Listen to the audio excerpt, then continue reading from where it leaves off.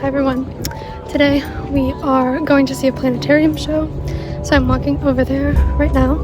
I've actually never been to the planetarium before, so I'm very excited to see inside. I've heard a lot of great things, even though I've never been there.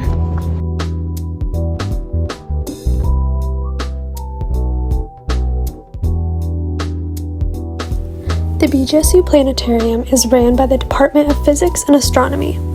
The Sky Dome system projects onto the dome and allows visitors to view the planets and stars as they appear from any location on Earth.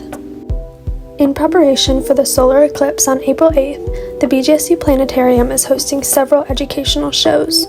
Bowling Green, Ohio is right in the path of totality, so we will have a great view of the eclipse, which is a rare and once-in-a-lifetime event. The shows are completely free and open to the public.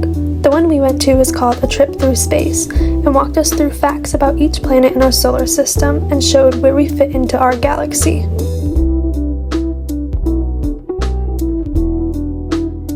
We learned about different planets' moons and were shown several constellations and how to find them in the night sky. It made us feel so small in comparison to all of the galaxies out there. Outside the planetarium, there are different models and informational graphics about space.